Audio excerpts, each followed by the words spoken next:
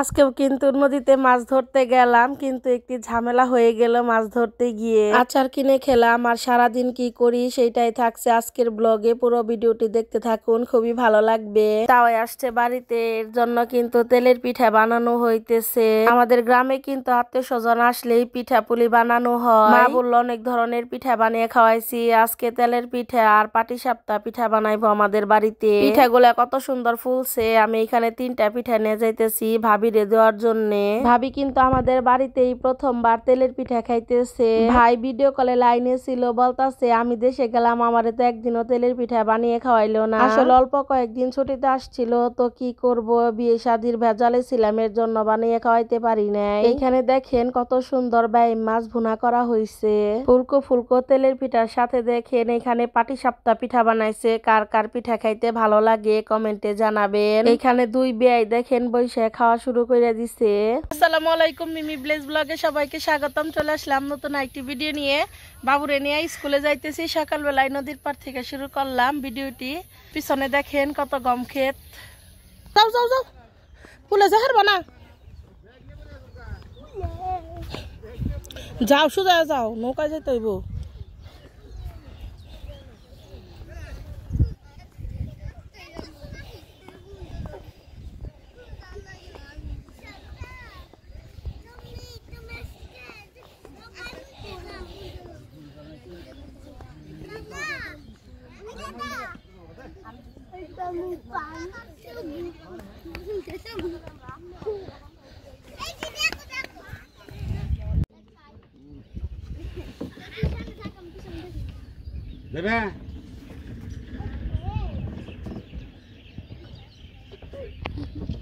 বাবুরে স্কুল থেকে নিয়ে আসলাম, তারপর একটু খাইলাম, তারপর আবারও প্রতিদিনের মতো যাইতেছি মাছ ধরার জন্য পোনার জালি নিয়ে নদীতে।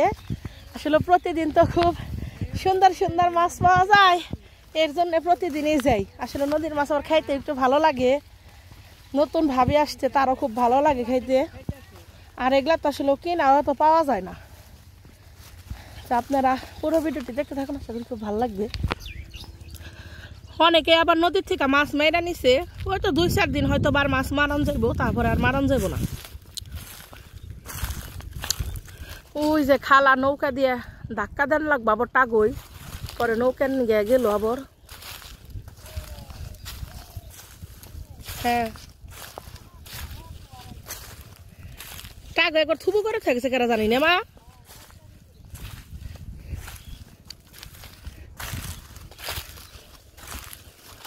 আমরা গ্রামের মানুষ, আমরা নিজের ক্ষেতের ধানের ভাত খাই, মাছ নদীর ডা খাই টাটকা।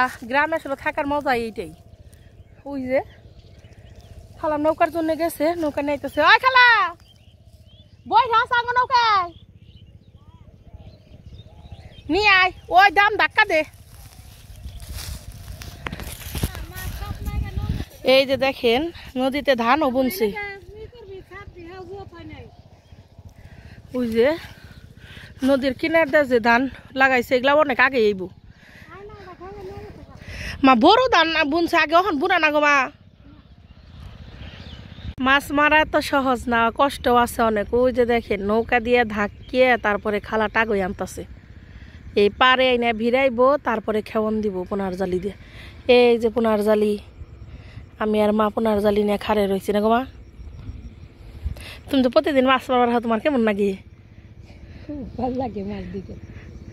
মা প্রথম খেওয়ান দিল, দেখি মার প্রথম খেওয়ানে কি উঠে উঠে নেই না, একটুকার মধ্যে খেওয়ান দিছ না, একটু জায়গার মধ্যে কিছু উঠে নি দেখি।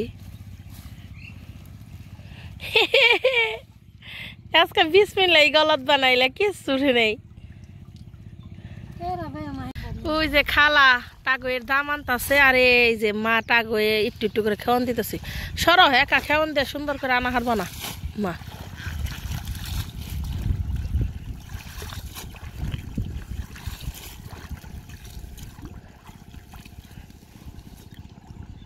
এম্বুর সাইড থেকে করো দেখি।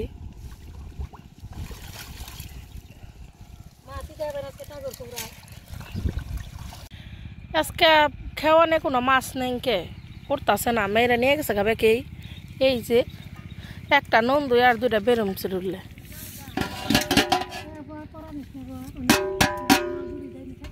এই যে আরেকটা খেওয়ান দিছে মারে দেই দেখি কি মাছ পাওয়া গেল থাইকো মা খাওয়াইতে খাওয়াইতে আইব মাছ দেও কয়টা খেওয়ান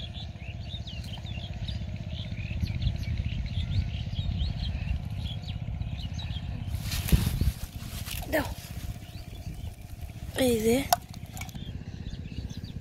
এই খেওয়ানে এই কয়টা মাছ হয়েছে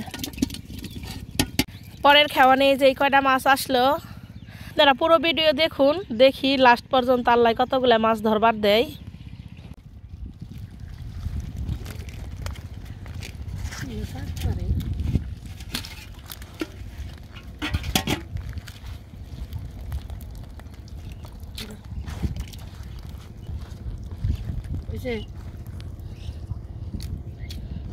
ওই যে পোনার জালির বাঁশ ভেঙে গেছে গা মাছ মারবার আইছি হয়ে গেল একটা ঝামেলা এখন আবার ওই যে মা গাত আছে একটা বাঁশের খুঁজি পাইবা না তাই কহ জায়গা ওই যে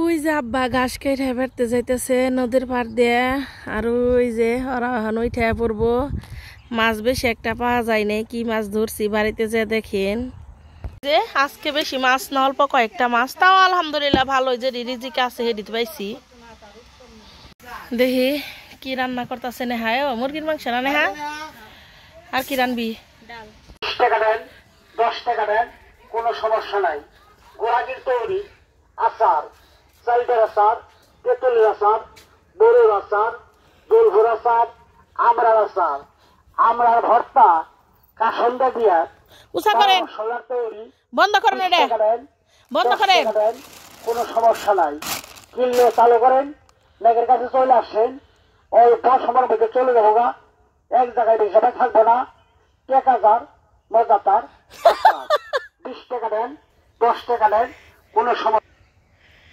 কথাটি তো আমার খুব সুন্দর কয় গো ভাবি তুমি কোনটা খেবা স্যার তেঁতুল আর ওইটাছে গিয়া বড় দুটা ওরা মিশিয়ে দেন 10 টাকার এই তেঁতুলটা একটু বেশি দাম রাখবো তেঁতুল বর্তমানে 300 টাকা কেজি তেলে বেশ পারিছেন কে বেশ পারাইছি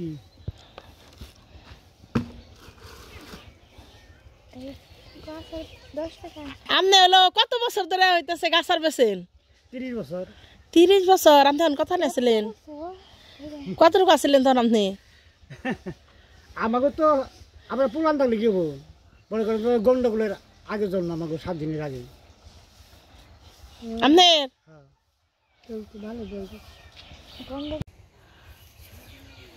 পোলাপানো দেখে নাচারওয়ালাকে দেখে দূর পারতে পারতে এসে পড়ছে আমরা যখন ছোট ছিলাম ধান দিয়া সরিষা দিয়ে কিন্তু অনেক রকমের আইসক্রিম খাইছি আমার ভিডিও যদি আপনাদের ভালো লেগে থাকে তাহলে প্লিজ আমার চ্যানেল সাবস্ক্রাইব করবেন এবং পাশে থাকা বেল আইকনটি ক্লিক করবেন ধন্যবাদ সবাইকে।